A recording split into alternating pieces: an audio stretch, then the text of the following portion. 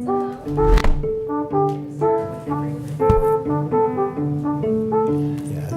right. Well, my name is John Fryer. As you can imagine, I'm not Sarah Cunningham. Unfortunately, she had a scheduling conflict that created a situation where now I have to talk to Bill Martin, who is a friend of mine and a really interesting character here in the Richmond community. Yes. Character. Yeah. Great, Would thank would you be Yeah. a character? guess. Well, he's also the director of the Valentine Museum For 25 years. for 25 years. I have more than 20 years, but now it's 25 years. Since when? Since like yesterday. Ooh. So not everybody here knows what the Valentine Museum is. So can we talk a little bit about the Valentine Museum as a place? Sure. It's a really interesting place in the sort of, when you look at the cultural environment of the city. We're the first museum. We were created right after the Civil War in a period that we'll talk a little bit about this evening in terms of the 1890s and what a potent time it was for Richmond and the country. And this institution, basically the Valentine family, that's the name, they send their kids to Europe for much of the Civil War, conveniently, to study art. And they come back to Richmond at the end of the war, and they say probably the things that parents don't want to hear from their kids. We want to be artists, first mistake. And the second mistake was that they saw that every great city in Europe had a museum, and that in fact Richmond did not have that public gathering space for ideas and for the collection of objects related to culture. At that point, since there was no other museum, we did everything. And so it's a very, very broad collection. 1.6 million objects in that collection, one of the largest in the state. In comparison to something like the Virginia Museum, there are 38,000 objects in the Virginia Museum. So it's a massive, massive collection of objects related principally to the city of Richmond. From its very beginning, it's in many ways had a point of view about history. So in 1902, the Valentine becomes the first museum, probably one of the first in the country, to go free for Richmond Public Schools. And we have been free for Richmond Public Schools since 1902. There's something that distinguishes that, and that is that we were also the only place where black kids could go. So if you were a black kid in the Richmond Public Schools, there was only one museum open to you from our founding through the 1950s, 1960s. So that then we look at our board, in terms of the environment that we have always created, some of the earliest Jewish board members. We don't think about that today. But in fact, there were not really, the cultural institutions of the city were not always welcoming to Richmond's Jewish community. And so one of the first places that you would see our faculty and our teaching, but also on our board. So there's this tradition of creating exhibitions and public programs that push Richmond to think a little bit differently about itself. And there have been ebbs and flows with every institution's history about how good a job we've done of that. But there's always been, one of the reasons that I've stayed for 25 years is that there's this clear sense from the board that we need to be different, that we can't accept the accepted narrative. And that exploring new ways of looking at that. And so if you look at exhibitions that we've done, even within the last 3 years, we've pushed Richmonders to think about immigration. So there's an amazing exhibition right now on Richmond's Latino community that looks at the changes in demographics in Richmond even over the last decade. But the notion that really, if you ask most people, they wouldn't know that 14% of the school population in Chesterfield County is Latino, or that 12% in the city are Latino. You just don't hear those stories. Or whether it's about families. We opened an exhibition the day that the Loving movie opened, challenging Richmonders to think about what does a family mean. And so it was kind of fun because we said, let's think about this a little bit. There might have been Pocahontas and John Rolfe. That would have been considered an interracial marriage by some. So challenging the notion of how has this happened before? What does this look like? And great exhibition on LGBT families, where we asked families of all sorts to have themselves photographed in their favorite spot. When you come to Richmond, where do you take your friends? And it was actually supported by the governor and the tourism office, and is actually still being used as part of the advertising for the state. But because it has all the places that we love to go, like Lewis Skinner Botanical Gardens and Maymont. And it was a big shocker for everyone except my board, who said, what are we going to continue to say, what are we going to do next? And so over the next few years, we've got some things planned, and some of that we can talk a little bit about tonight. We've been wading in to the monument conversation, and I thought, since we're talking about art of the public space and history of the public space, I kind of mined our collection to find out what's actually there, and so that's kind of what I brought.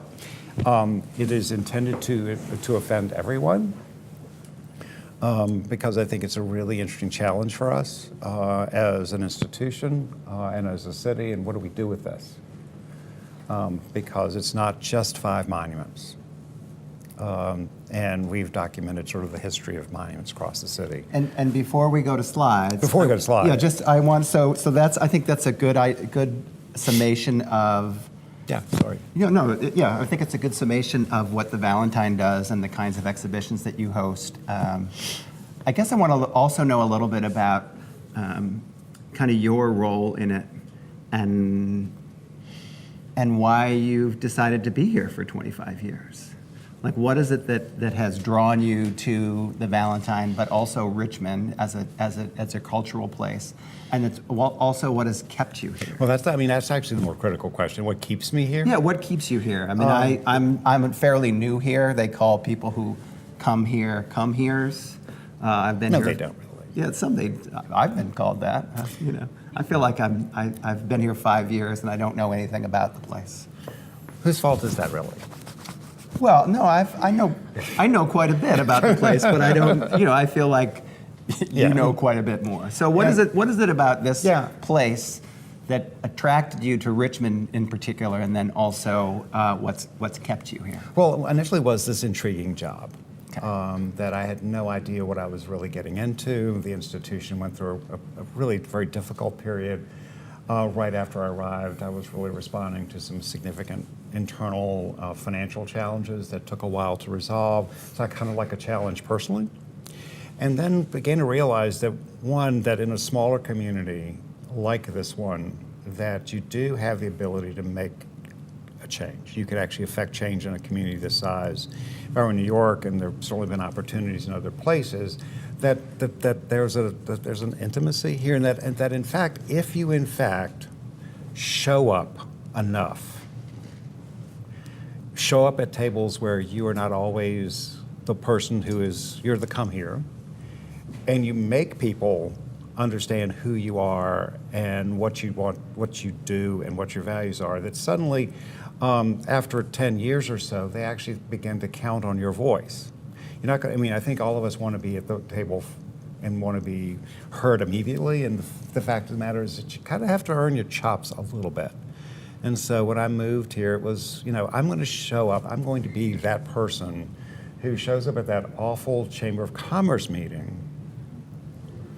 They're not terrible. But I think putting myself in, understanding that there was something for me to learn every day. And that if I didn't make myself just a little uncomfortable, and for me, uncomfortable was not necessarily, was going to, the Chamber of Commerce. That's not a place of comfort for me. Or sort of these traditional places where I would not have gone were things that I was going to do because I knew that it was important that my voice and the Valentine's voice, which by that point had sort of realized that there was a voice. It was part of me. And it's been fun watching, I think, some of the sort of quiet impact that some of our programs have had. So tonight, for instance, we did an award ceremony for 8 people that changed Richmond, that are committed to social justice, to innovation, and that would not be the traditional thing for a history museum to do. And we had almost 500 people at Virginia Union. Half the people in the room had never been on that campus because we asked. And 100% of these people were from Richmond. And so part of the strategy for us is these little interventions that where people they're comfortable with the event, and so they'll kind of go where you take them. And so that's what, that's the Valentines. We'll suck you in, get you comfortable, and then we'll take you where we want you to be. And that's looking at things just a little differently. So making yourself like going to places where you're welcome, but you might be uncomfortable. Oh, or where you're not welcome. Or you're not welcome. You're not welcome and Sure. uncomfortable. I mean, I think that in many ways that's more important. So listening is like and sort of is an being that important person that component. stands off in the corner and sort of listens to the things that people say, and then you begin to understand why people have a particular position about an issue. Because the first place that you have to start is understanding where the other person is. Yeah, you have to have. Well, but I'm not sure we always do that. I'm not sure we always, sort of find out what is motivating this person to say the things that they say, because you can't really get into their head unless you understand where they are. And so it means that you have to be a little uncomfortable, and you have to listen for it. If there are times over the last 25 years, I would have loved to have said some really horrible things, like really horrible things. But you know what? I wouldn't have learned. Sure. And I wouldn't be able to enter that person. I mean, I wouldn't be able to be in that life and be able to talk to that person as someone who understood if I had immediately responded. And so it's like leaning back a little bit, looking at what the world looks like, and then engaging. Well, I think that's a perfect segue into a conversation about monuments in Richmond. Oh my God! Right, because we're at this moment now where we have to have a really important dialogue, and it has to be a dialogue, and not everybody wants to be in dialogue about things. Right, because it means going to places that you're maybe uncomfortable, and while I was not uncomfortable, I will give an example. I was invited to speak to one of the Sons of Confederate Veterans organization, and most people would probably have said no. And going, well, why wouldn't I go? Why wouldn't I have a conversation and talk about our perspective on monuments? And so many of the slides, in fact, most of the images you will see this evening are images from that presentation, and sort of talking about, so there's someone in the room that actually said to me, so the question was, do you actually believe that the monuments that went up, the people were motivated by racism? And I said, I don't know what's in their brains. I really don't know what's in their brains. I cannot represent another person's point of view, but I can tell you that there are things that were happening in Richmond at that time. There were institutions being created that are racist institutions. I can tell you that in 1902, the Constitution of Virginia was changed. I can tell you that there are a number of organizations, the Sons of Confederate Veterans, were established. That doesn't happen until the 1890s. So they're all, so you tell me, I'm not going to tell you what to think. But these are some things that were going on in Richmond, around the country, in the South. And these are things that for you to decide for yourself, what were their motivations? What were the motivations? And so it encourages people to think about it. And I think what's interesting is that group is now coming for a tour. They've decided they want to come to the Valentine. Now that's a cool idea. That's what the public space should look like. I actually had a member of my board said, we talk all the time about being a welcoming environment for all. What would a Trump supporter feel like in our place?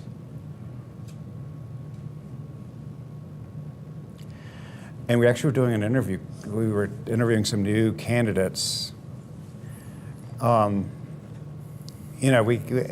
because this is a large percentage of our population. You know, there are people that confess to it and others that don't. So we actually asked, as one of our new interview questions, what would you do if Donald Trump walked into the lobby? And what did they say? Well, did you hire them?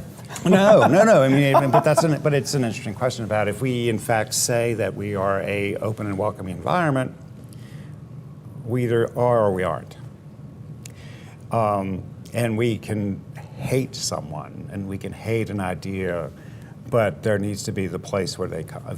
Because we've got a lot of ideas that we've explored in Richmond over the past several centuries that are not pleasant ideas that need to be. We can't uncover it unless we're open to it. But how do you manage that and the power differential? I mean, Donald Trump is also like a very powerful person whose thoughts and actions have consequences. But I would say that the people that are welcoming have consequences too. And Sure. so I think that we don't accept our own agency in some of these situations. All right, so let's look at some slides. These will drive you crazy, Yeah. okay? But before we even look at your slides, I have loved. Michael Leese, who works for the for the ICA. Do you know Michael Leese? I do. He has been doing these interventions on the monuments. Have you seen these? Maybe once a week or every 2 weeks. Yeah.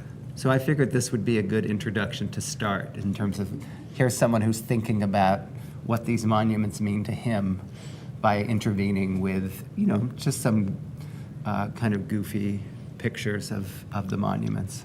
And I think the future of the monuments is actually in the hands of artists. There's no doubt about it. Yeah, and you're working. Have you worked with the students from Middle of Broad? Or Yeah, and so have you that visited- exhibition, we were doing 2 exhibitions because we decided we really needed to go ahead and actually begin conversation about this. And so July 4th of this year, we'll open an exhibition on the history of monuments in Richmond. We're just going there because we think we have the responsibility to do this larger context of there are 5 monuments and then there are all the others. And what does this monument-making impulse mean? Because they're not the only monuments, they're not the first monuments put up in Richmond. And so why do we do this? What is this impulse that we have to mark things and to create a narrative about our past that may not even be connected to that past? What does it mean? And so it's been an interesting process for us. So part 1 of this exhibition is going to be sort of this overview of the monumental history, beginning with the first monuments until the ones that are currently under construction. And there are a number of monuments that are currently under construction that actually are interesting to think about in terms of what are we doing, what are the interventions in the landscape now that are under construction that we know are in the pipeline. What are their dates? So 100 years from now, when we look at the last 20 years, what will it tell the future about our monument impulse? So because there's a cluster.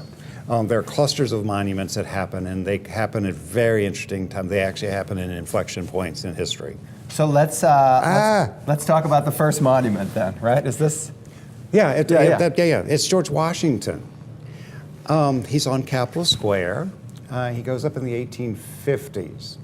And this is really fascinating because it's really sort of at the end of that revolutionary period. There's this creation of an American identity that's happening, and we are fighting over bodies of presidents. So this was actually built to be the crypt for George Washington. We were going to go to Mount Vernon, grab the body, and bring him back to Richmond. The Capitol wanted him. There were lots of places that wanted George Washington's body, and so there were a couple things that happened. One is it created the impulse for the women of Mount Vernon, the Ladies Association of Mount Vernon, to organize to protect Mount Vernon, to save Mount Vernon and restore it, and to assure that Washington's body never left Mount Vernon. We still have a monument. So next time you go down go to Capitol Square, take a look, because there's an iron gate, and that was supposed to be the burial site. They were bringing George Washington back. And so this begins to think about why did we do this monument at this particular moment? It's the country is in many ways falling apart because of And what year? So what year? 1850. Okay. So the country is really, the conversation about slavery, the conversation about what are the role as a state is all a part of this. And so it's reasserting on Capitol Square that we are one country. George Washington is our founder. And if you go to the next monument, you see another president. Again, this obsession with founders. And so this happens, again, this is Hollywood Cemetery. And this is Monroe's tomb. I'm sorry, did I get it right? I always get Madison Monroe.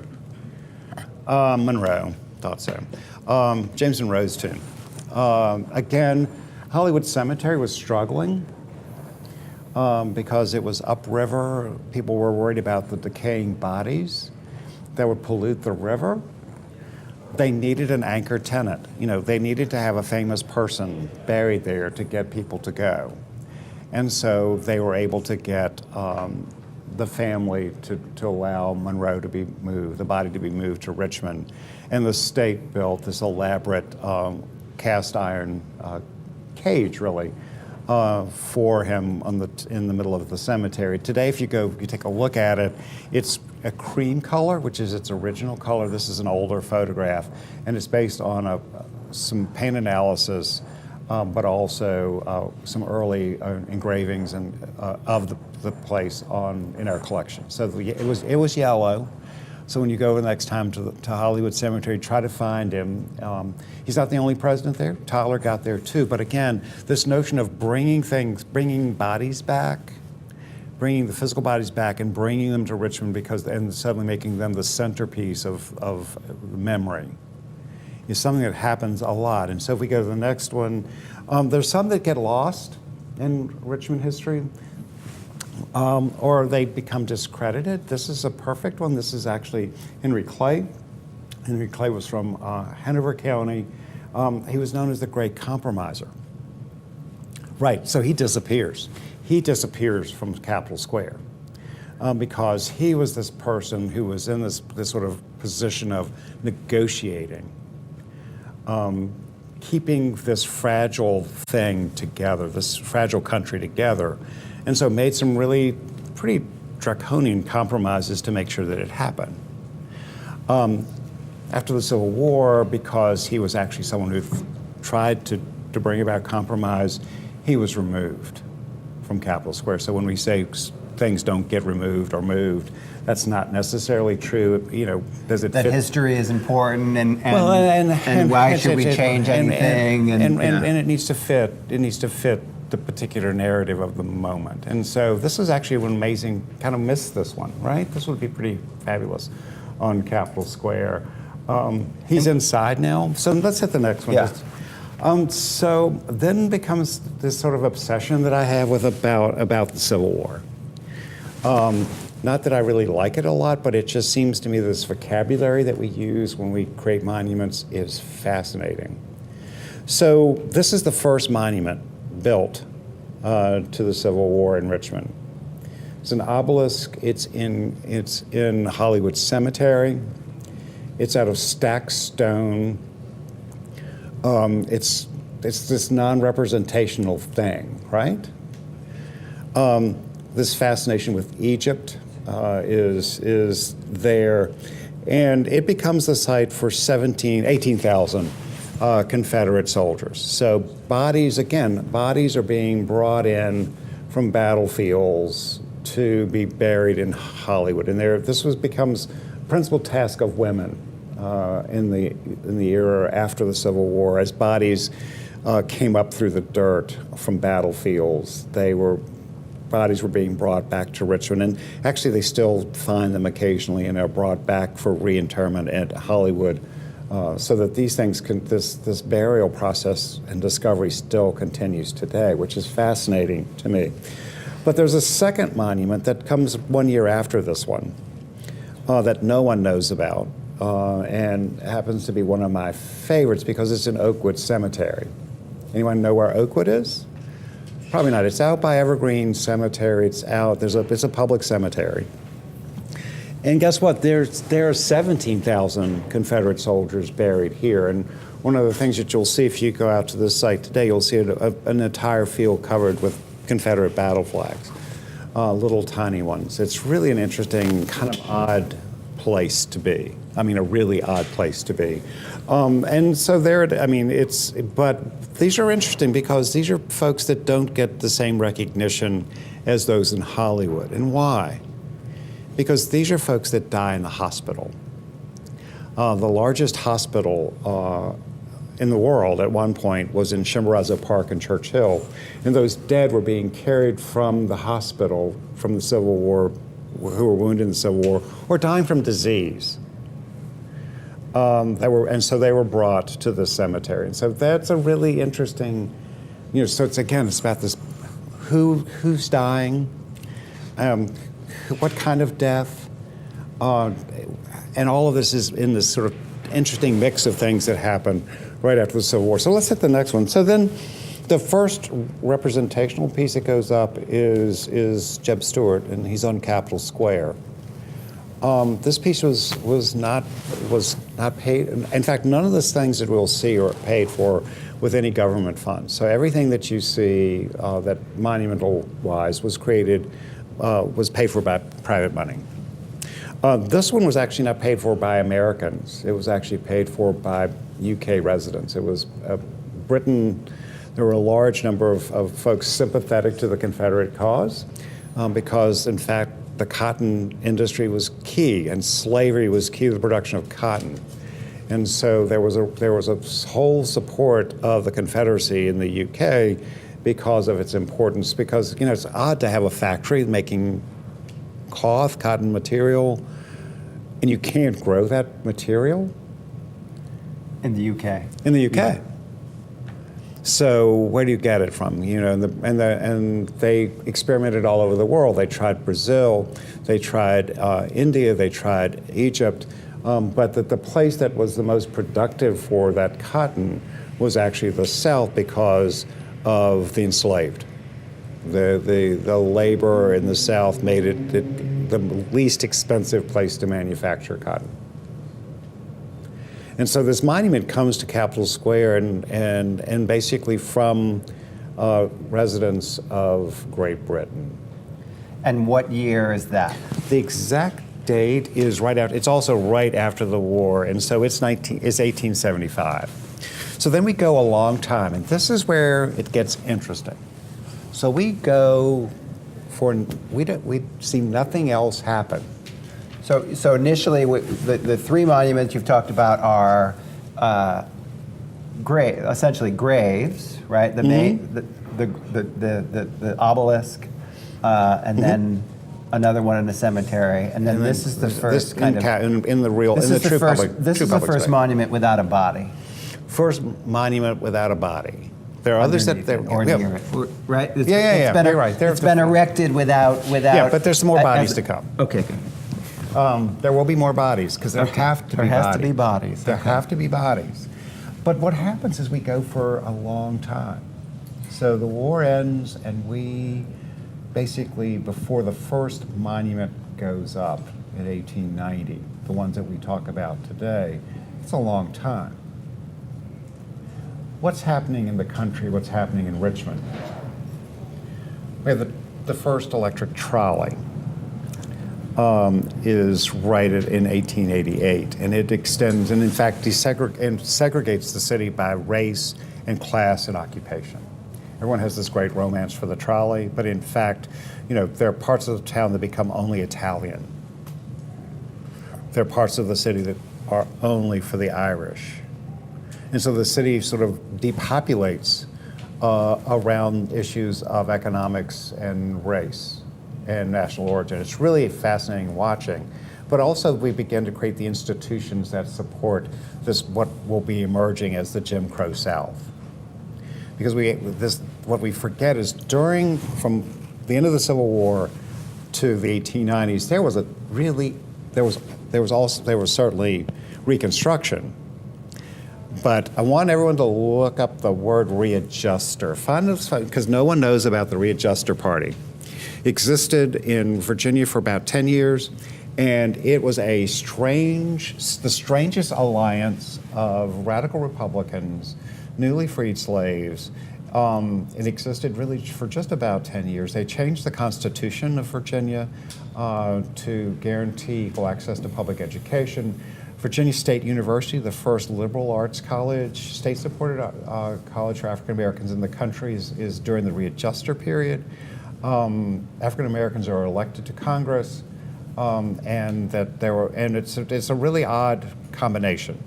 So I would encourage you to do some research because it's a strangely progressive, but you kind of understand what were these people? I mean, these are Confederate generals and newly freed slaves and poor folks forming a party.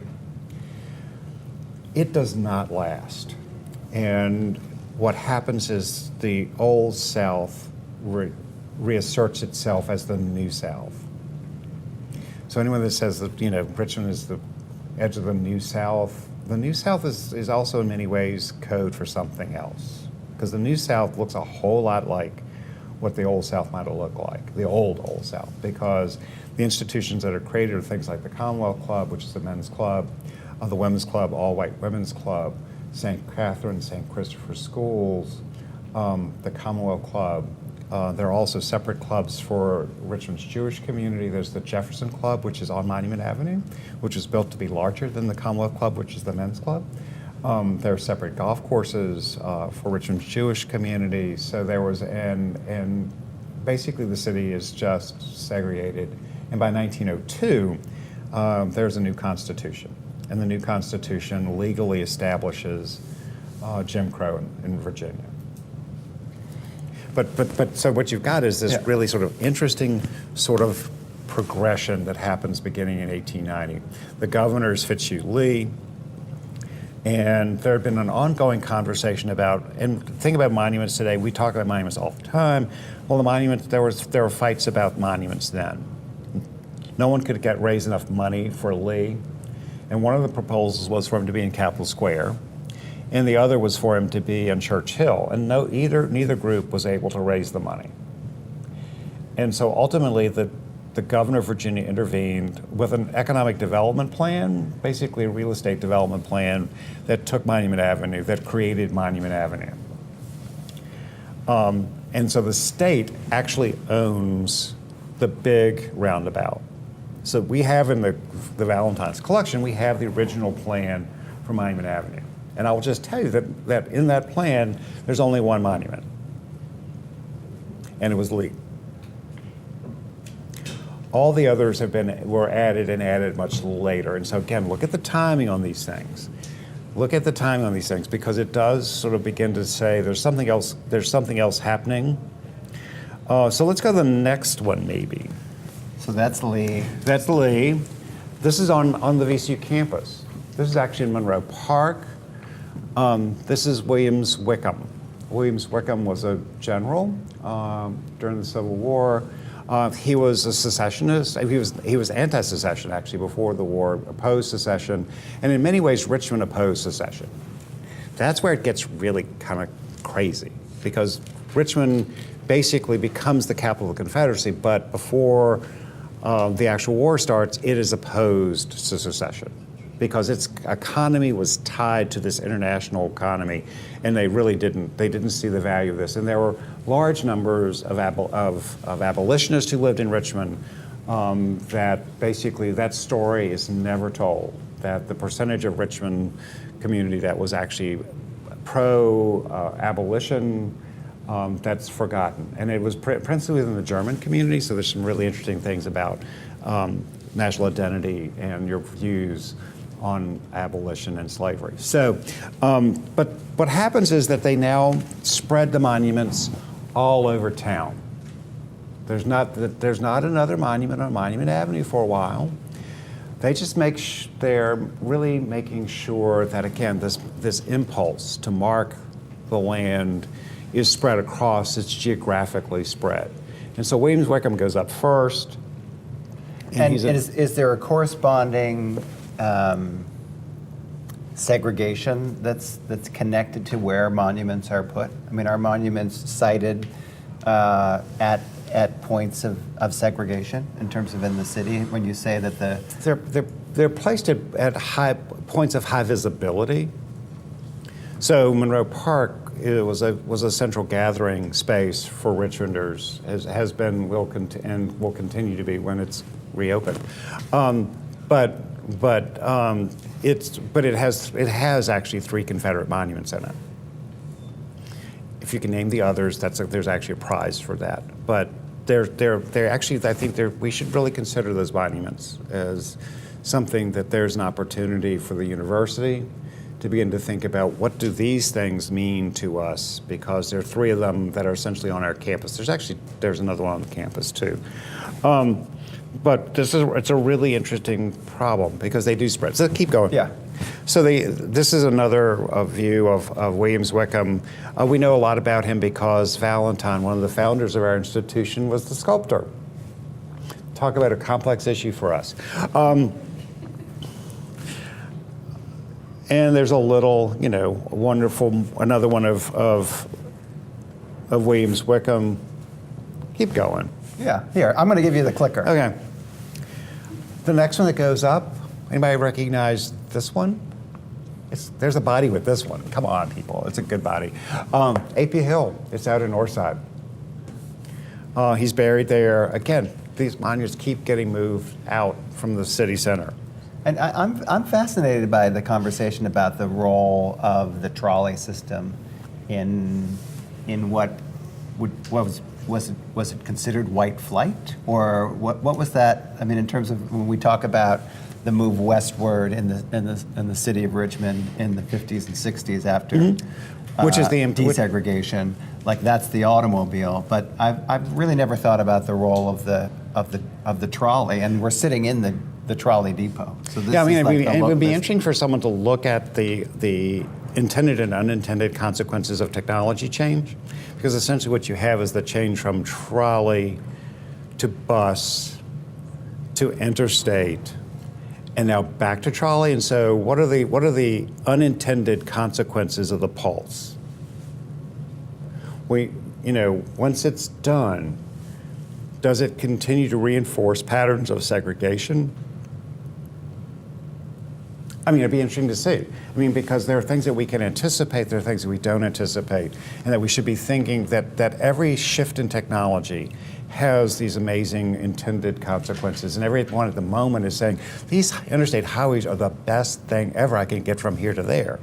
Or this trolley is great because I don't have to live downtown anymore. I can have a garden in my backyard in Highland Park or Barton Heights. So there's this thing that happens that it's wrapped in a sense of progress, and then suddenly you realize, oops, there's some things that happened that we probably didn't anticipate. And that's, I mean, in terms of our current bus lines, they're currently redesigning them so that they kind of fit the way people live now. But our current bus lines are based on the trolley lines. So they follow the trolley lines almost verbatim. The bus lines that currently exist are identical to the original trolley lines from 1890. So no matter what this changes in economic, in terms of job creation and job availability and housing, none of those things have had any impact. And so again, when we resort all those trolley lines, what's really motivating it? And what will be the consequences of those changes?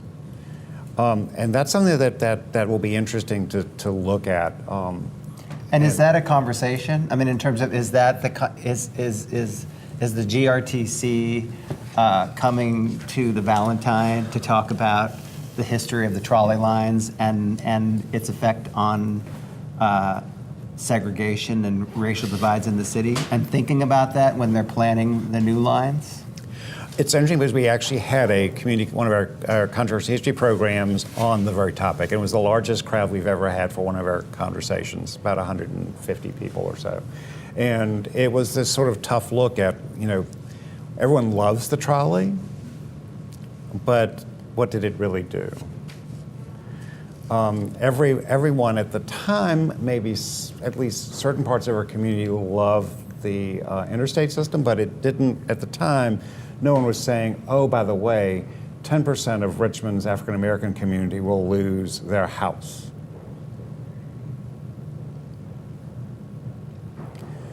And so that's why we go back to why you should be at the table. Even if the people don't like you, you need to be at the table. Because you need to be that voice. Because a great example with being that voice, it's a quiet voice. But 6 Mount Zion Church, which sits sort of, when you do that big curve on the interstate, you're going, what the heck is this curve in the interstate? Why did they do that? Well, it was in the 1950s, and it was a rare moment when Richmond's emerging preservation community allied itself with that community, with Jackson Ward, and acted to save 6 Mount Zion Church. Didn't stop the demolition, the destruction of Jackson Ward in terms of the sort of fiber of the neighborhood. So why would you would have the Order of St. Luke, Maggie Walker's building on the other side of the interstate, sort of severed off from the rest of the Jackson Ward community. So, there are these moments where if you push enough, you can get a piece, but if you push harder, you could be more. So I think so there are lots of them. I mean, so this is on the VCU campus. This is right across from the theater. He's the Howitzer Monument from 1892. Church Hill, this is the Soldiers and Sailors Monument in Church Hill. He's kind of on his side because I like weird pictures from the collection, so this is one of the original images of the statue being erected. We had a problem with another dead body. This was Lee. Lee was originally going to be placed in the middle of Monroe Park in a giant temple. The temple would have been larger. I have pictures. I mean, you guys have to see this. It's really pretty remarkable. The building would have been taller than the cathedral, and was this temple form building that would, we have pictures of these little tiny people standing out of this giant building. Again, the community could not raise enough money for this project. And what year is that? We really are looking at 1896. So again, there's this people trying to push a lot of monuments. They don't get them all. And this one was really, because it needed to be equivalent to Grant's tomb in New York.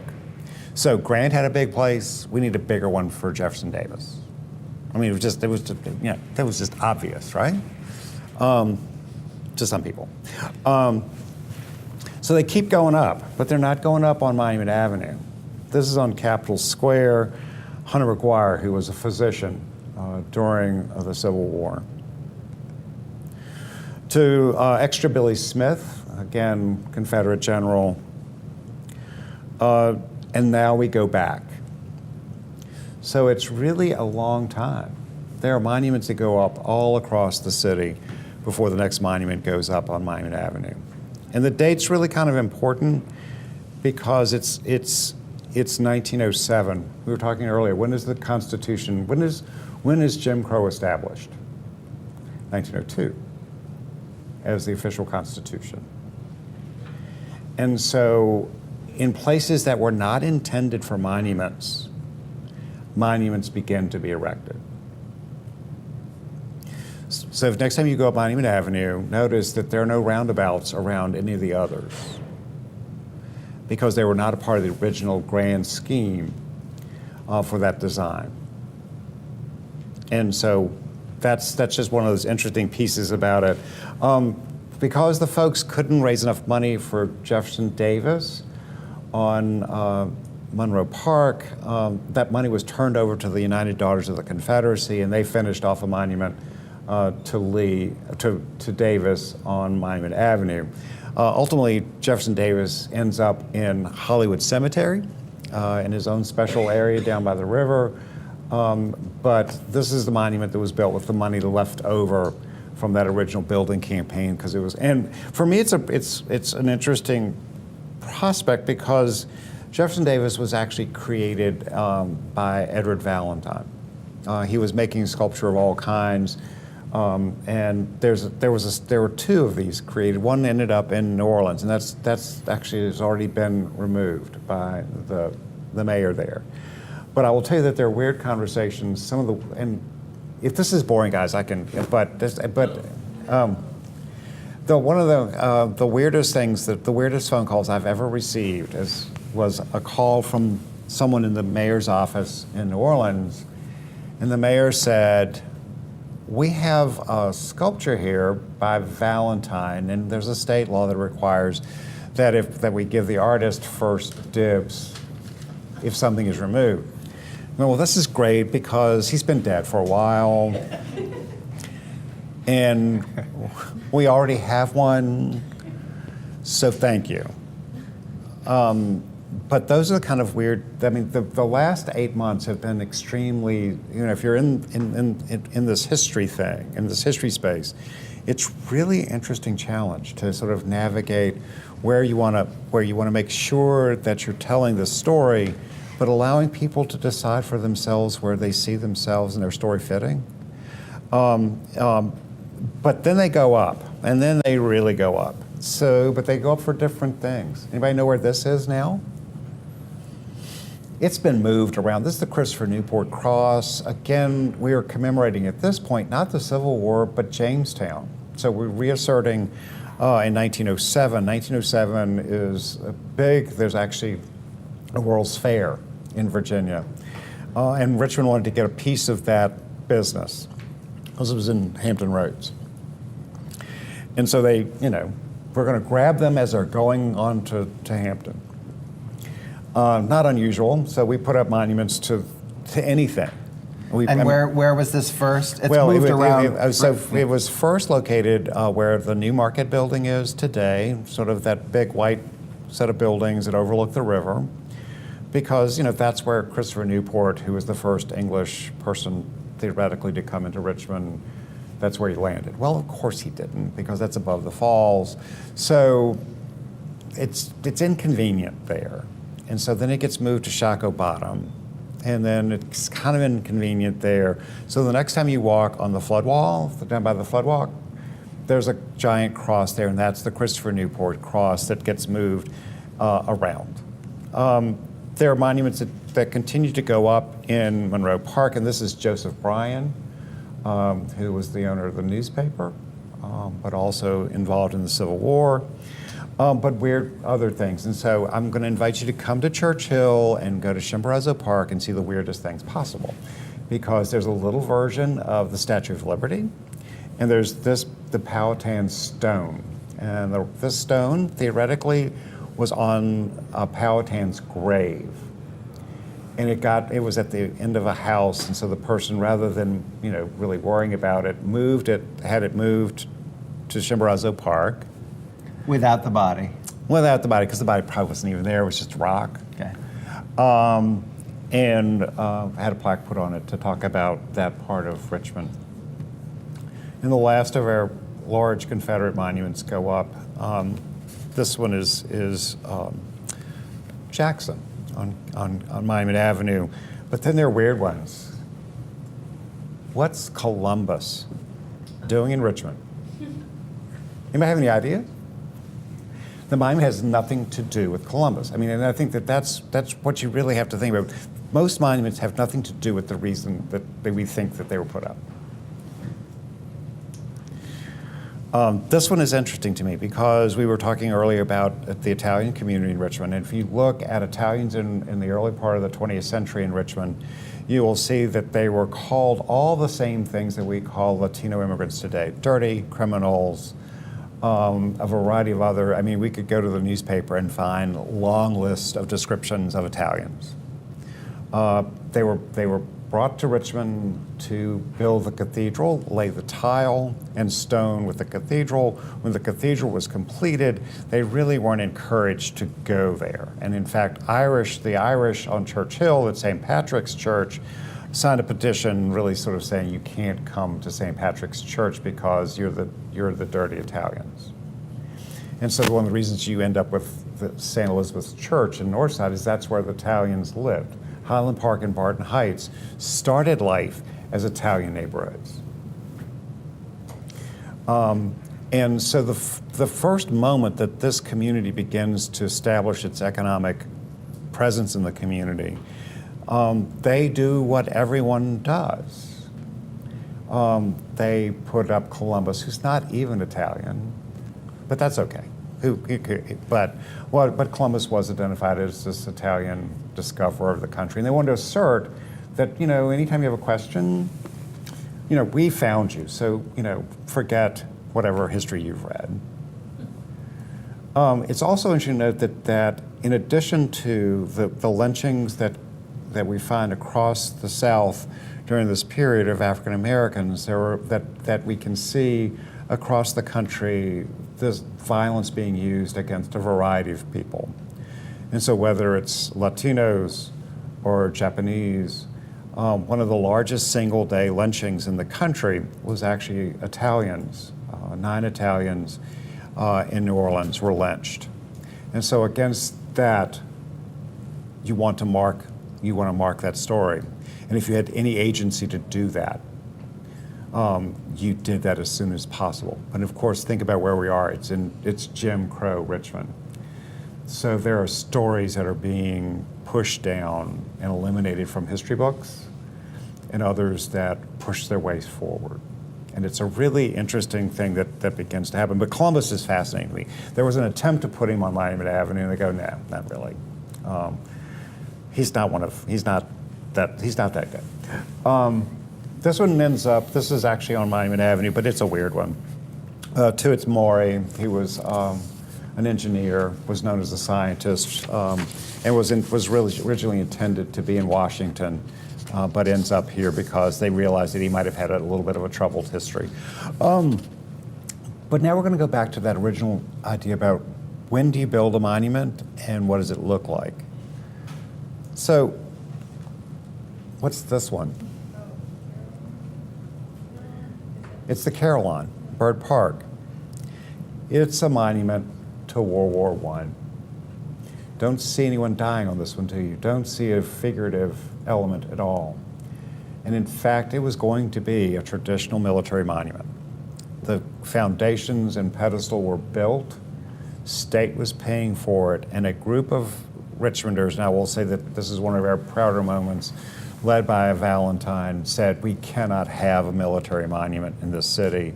We need to remember those who died, and the families who suffered. And so a bell tower is much more interesting and inspirational than a traditional monument. So that's it. There are no representation. There's not a lot of representational art from World War I. It's not remembered that way, at least not in Richmond. What's amazing is we go another 30 years, 40 years without another monument. And this is World War II.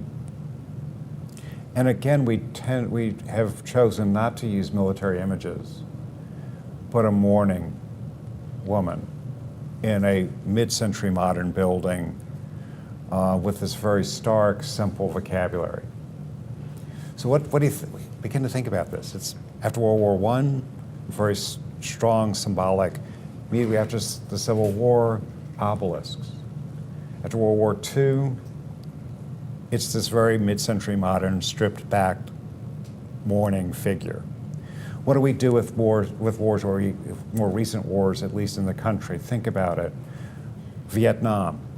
The memorial that goes up is this simple gash in the land, because it's still fresh in our memory. We know how horrible it was. What do we think with with 9/11? Suddenly, 9/11 is these very massive but simple. There's no representation there.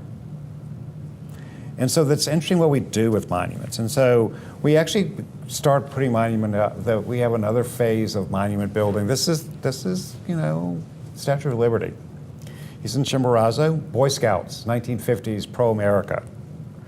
To Fitzhugh Lee, that's in Monroe Park, but for his Spanish-American War history. Who gets moved onto Capitol Square? Poe. Harry Byrd, who was governor of Virginia and a Jim Crow governor of Virginia. And then the first monument to an African American in the city, Bojangles, and it goes up in the 1960s.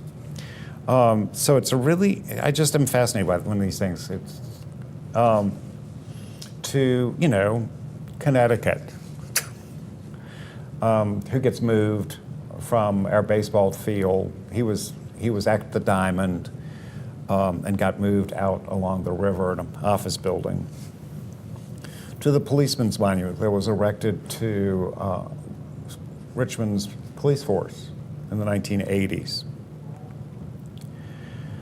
And then we go to the 90s again. So we basically don't have a lot of things happening until the 90s. And I would say that the last 20 years have been the next boom of monument making. Most of it has been an accepted vocabulary that is very figurative and literal. We actually have no non-representational monuments built in Richmond in this current wave. So it's the Headman statue that's on Browns Island, or Arthur Ashe, or the founding of the Slave Trail Commission. It's hard to imagine that we didn't talk about the slave trade in Richmond. The Slave Trail Commission was only founded exactly 20 years ago. How is that possible? How is that possible that when we think about Richmond's central role in the domestic slave trade, that in fact the number of people that were brought from Africa, enslaved and brought to this country to North America is about 350 to 500,000 people, 8 million into Central and South America. How many people are actually sold out of Richmond in the years before the Civil War? The same number. Between 350 and 400,000 people are sold out of Richmond, and there's not a single really reminder, just a few things that hint at that history. And so when we have concerns about monuments on Monument Avenue and other places, we need to begin to think about what's missing. What are the important stories that are absolutely missing that need our attention? Most people don't remember, but Lincoln caused quite a stir when this monument went up. 2003, there were Confederate protesters. There was actually a plane that flew over the dedication of this monument, flown by Confederates in their plane, protesting that Lincoln actually came to Richmond. And again, a story that no one had really thought about until the statue was erected. But the notion of Lincoln walking into Richmond with his son, and there's no one to greet him, there's no protection, and he sort of begins to walk through the city and says, "Where's the Capitol?" What would it have felt like to be a resident of that city? What if you'd been enslaved your entire life and you heard that the president was here? What would it feel like if you had been the owner and you knew that Lincoln was in the city? That would have been an interesting time, I think, to have kind of gotten into the heads of people from that period. The Reconciliation Monument that looks at the triangle of trade, really between Liverpool, England, Africa, and Richmond, that marks that triangle of trade. I would say that it's more than that, just a triangle, because we have to include lots of urban places in this country provided funding for that. It's the Civil Rights Monument on Capitol Square from 2011. It's the new Maggie Walker, and there are a whole variety of others, John Marshall Corps of Cadets, the Public Safety Monument, the First Freedom Monument that's part of the Valentine, which acknowledges the Jefferson Statue for Religious Freedom, the Maggie Walker Monument, the Virginia Indian Monument, I think has actually just been completed on Capitol Square. The next monument that will be completed is the Virginia Women's Monument. That is also under construction on Capitol Square. and will be completed in 2019. And then the last monument that is currently in the works is this Emancipation Memorial that will go on Browns Island, and it's also scheduled for 2019, and the fundraising is occurring. And so isn't it interesting the kind of changes that we see, and if we begin to think about the entire inventory of our history in the city, what's missing? What are the pieces that we need to rediscover?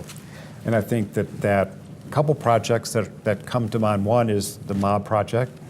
The National Endowment for the Arts and VCU and MOB and a variety of others are sponsoring an international competition, design competition, for Monument Avenue. It will open at the Valentine on February the 14th, 2019. So submit your ideas. I think it's going to be an interesting process. And it's not just for the 5 monuments, but Monument Avenue is a long street. It's actually 5.5 miles. And we need to actually recontextualize. We need to think about the entire 5.5 miles. What could we do with that? What kind of difference could a power of art do to that 5 miles? And that's the thing I think we need to think about. I think, what could the power of art do for Shockoe Bottom, which is a parking lot? The sad parking lot. So that's what I think that for me, and I'll shut up at this point because I know that you were looking at me going, "Will you just shut up?" No, not at all. I'm totally fascinated. But I got a call from, and this is going to be I got a call from NPR. And they said, "Oh, we're coming to Richmond and we want you to give us a tour of Monument Avenue." I'm going, "No, I'm not going to. Sorry. I know you're NPR and I'm supposed to be really excited about that, but if you want Monument Avenue, you've got the wrong person. I'll meet you on Monument Avenue and I'll take you on a little drive. And we'll stay and we won't even leave the same street." So we did. We met at Lee. And we continued down Monument Avenue and we passed Bethahaba and St. James's, the earliest of Virginia's Jewish synagogues, and 2 houses of worship that work together in amazing ways, like sharing a parking deck.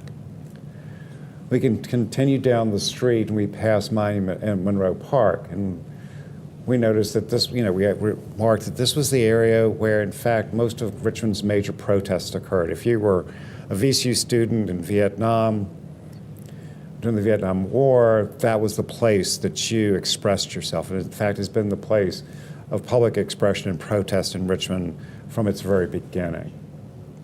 You keep going down that same street, we haven't left the street, and you pass the Commonwealth Club, the men's club. You keep going down that street and you pass the Women's Club. You keep going and you pass the Richmond Times-Dispatch, which in fact, through its editorial page, supported massive resistance and Jim Crow. You keep going down that same street and you pass the Free Press, Richmond's African-American newspaper. You keep going and you see the Capitol. And you just kind of zigzag around the Capitol. And you keep going and you end in a parking lot that was the center of the domestic slave trade. And so that's the story. That's the story. There are not many places in the world that can do that. And so I think we have a really unusual opportunity. These monument things have been always painful for us. But this is the time to do it right. And I think there's a Richmond solution. I don't know what that looks like yet, because this kind of makes me go, okay, so what are we, do we begin to talk about monuments differently? Do we call those monuments on Monument Avenue? Are they Civil War monuments, Confederate monuments? I don't think so. So what are they? Are they Jim Crow monuments? Jim Crow or Lost Cause. At the time they were erected, they were called Lost Cause monuments. All the dedication programs actually call them Lost Cause. And if we begin to call them Lost Cause monuments in many ways, and I think that it's just a matter but I think that's a semantic, we need to look at the words we call it, but that's a community decision. But I will tell you that at the Valentine, with their new exhibition, we will not be calling them Confederate monuments. I mean, they will be called Lost Cause monuments, at least to begin to shift the conversation just a little bit. What we ultimately end up, the words we call things change over time, and reflect really important differences in the way we want to look at the world and in how we label it. And so, I think that we're in this interesting time that we're going to count on you guys, because, quite frankly, we've messed it up. And we've not, there's an entire generation of boomers who have lived life as if we didn't need to have a conversation because it was going to be all fine. And so I think that, and it's in the arts. I mean, I will tell you that I love the history profession and I love working in the Valentine, but I don't think the answer is in the public history realm. I think it really is with artists who will push us to think in more powerful ways, because you think in symbol and relationships between ideas that are really the important thing that we can do. It's just this sort of tug between ideas and expression that actually will be the answer. It's not, I will just say, it's not a plaque on the side of a building that's going to solve the problem. It's going into neighborhoods and making sure that when that kid gets on a bus and they're driving through the city, that kid sees themselves on the trip. Maybe it would be interesting to look at what's the story you can learn by riding the pulse. What's the story you can? Maybe that's the new.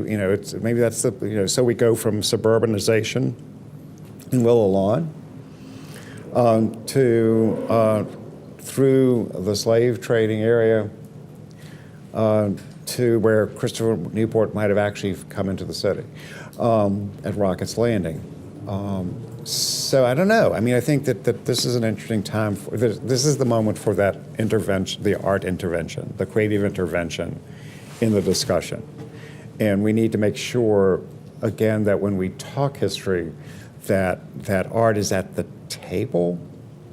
Because so often this is a conversation between old white historians like me and others. And then we'll contact an artist or commission an artist or whatever the case may be, as opposed to having a real conversation. A real conversation about what being in the tent. Being in tent. And so I think that's the opportunity I think the VCU has because of its location here. That there's this unique opportunity because we have this amazing art school.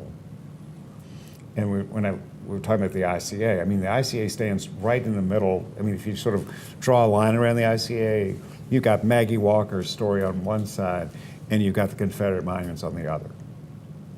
And so there's this really powerful, I think, intersection that we've created with that building, because in many ways it's this sort of complex interplay of blocks and if you follow those blocks to where they're pointing, you'll find some interesting stories.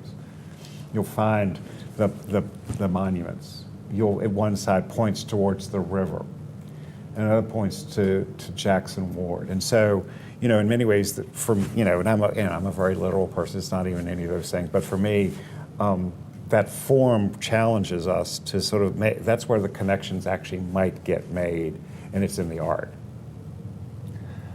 All right. Well, thank you so much, Bill. I know we have. We started late.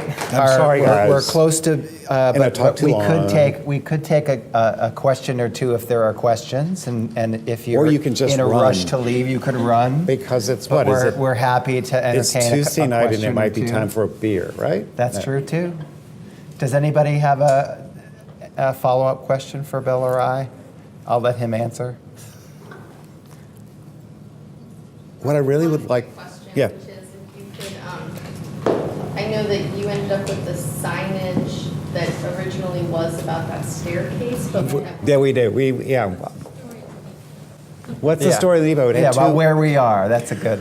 Where we are actually is and we have the doors that were to the separate entrances to this building that said colored only. so that there were two separate entrances to this building. Those doors are now in our collection at the Valentine. So they've been protected and saved. At some point, they might be an opportunity for an installation here. Wouldn't it be interesting to put those doors, at least one back here, to say, what does this door mean today? It's kind of. So, because, I'm from Washington, D.C. I haven't been here that long, but someone told me there's nothing to tell you in this building. There should be. There's that, opening there, and I'm sure people wonder, well, what is that? I think we need to contextualize what's happening right here. And some of the images of this building, because what you have are these giant concrete pilings that go across the carver. So it's an elevated trolley. So there are these giant concrete pillars that are elevated above houses. So the designs of this building, so that you are basically on the level all the way through downtown Richmond to Ashland. So it was an interurban. They were these separate interurban companies. So there was an interurban to Petersburg, wasn't based in this building, separate station, and an interurban from here that went to Ashland. And there were lots of these small lines being developed. So there was a separate line put up in the 1910 thereabouts that was not an interurban, but it was to connect Churchill, where the end of the trolley line was, to the battlefields in Henrico County, because we knew that in 1910 there were going to be millions of people coming to Richmond to visit the battlefields. It didn't happen. But they built this special trolley line from Churchill out to Henrico to Malvern Hill and some of the other places, because there was going to be this giant influx of visitors to the city. The station that they built is still there, and it's totally unmarked.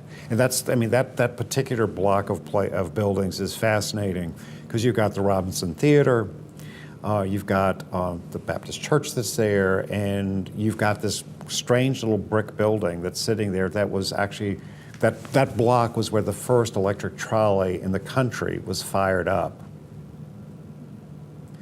And they have this trolley building that was used for this later trolley. So there's all these spaces in the city that are really powerful spaces that And are monuments in themselves in some ways, or and monuments testaments. themselves. And Yeah. so I think for me, it's like let's get people into those places, because you don't really understand a place until you roam around it and see where people are. But that's just me. Any other follow-up questions before we send you out into the universe to contemplate the monument of now? I will ask one favor is, let me know what you think about this conversation tonight. I don't do this very much. This is like the third time I've done this, because this is hard stuff. And I'm trying to actually find my own place in this. And so be helpful as you get home and go, what the hell did he say? And this is my response. This is what I was thinking. This is my reaction. I really would like for you to let me know. Because I'm still